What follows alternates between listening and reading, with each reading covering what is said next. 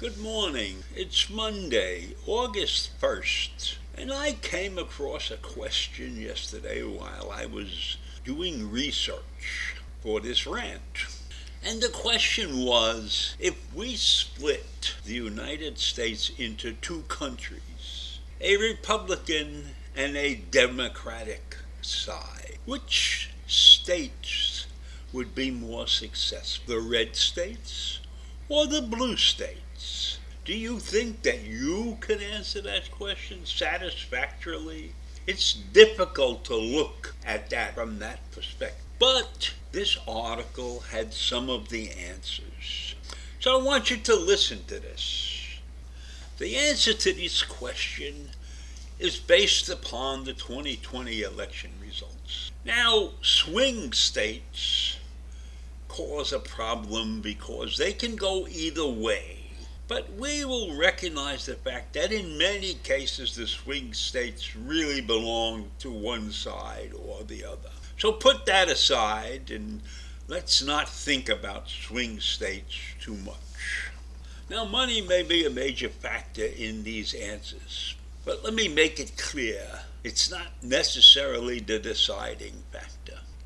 In any event, 7 of the 10 states with the highest GDP voted blue. Now, GDP doesn't mean that much necessarily because you could have one industry in a state that's generating tons of money. But what is also true is that 7 out of the 10 states with the highest GDP per person voted blue. Now that's critical. That means that these people are doing better than the average person in this country, so to speak. Now in DC, which has the highest GDP in the country, is not counted here because they're not a state.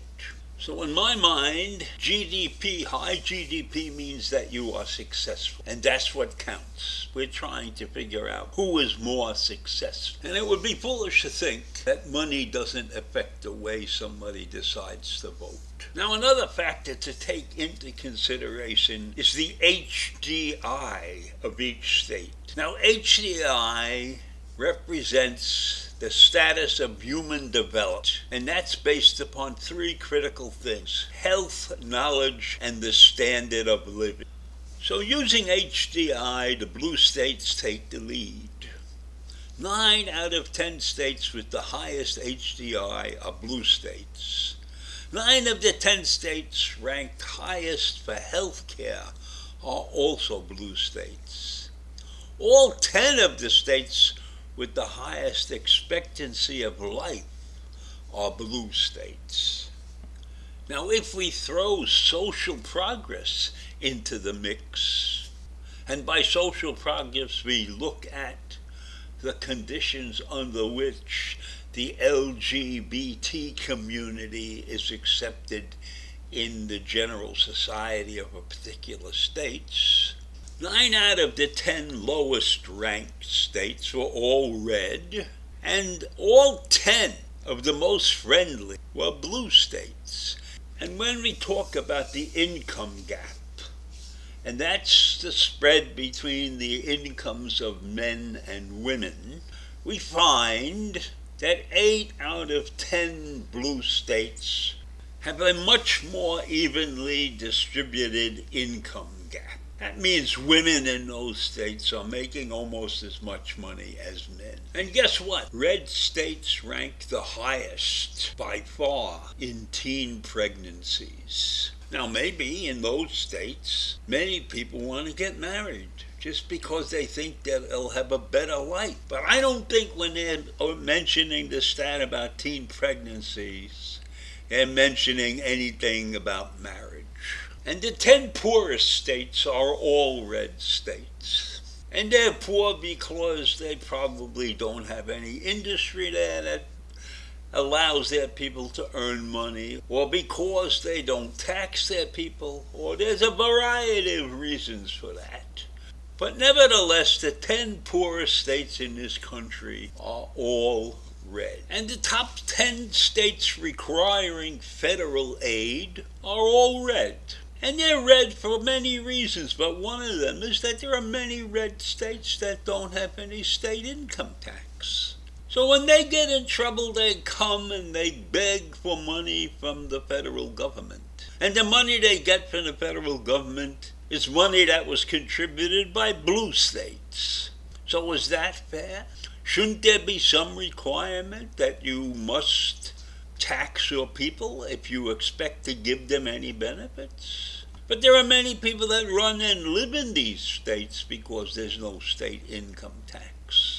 And in many blue states, not only is there state income tax, there are taxes in the cities too. New York City has a tax of its own. So there's much wrong in the way that the red states run their states.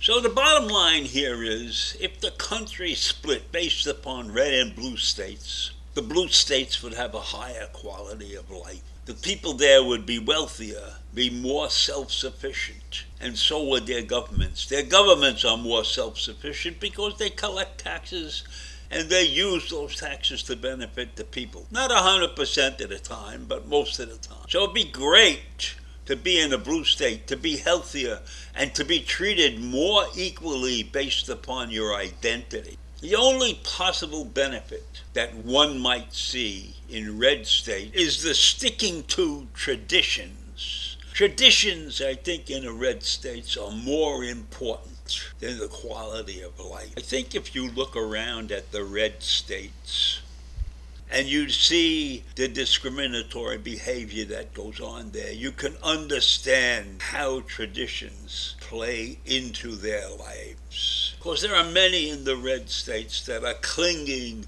to the white Christian nationalism that they believe that this country desires and that this country needs. So, if you want a better quality of life, then you need to be in a blue state. If you don't, then you can sink to the bottom as a member of a red state. So I'll leave you with that this morning. Have a great day. Bye.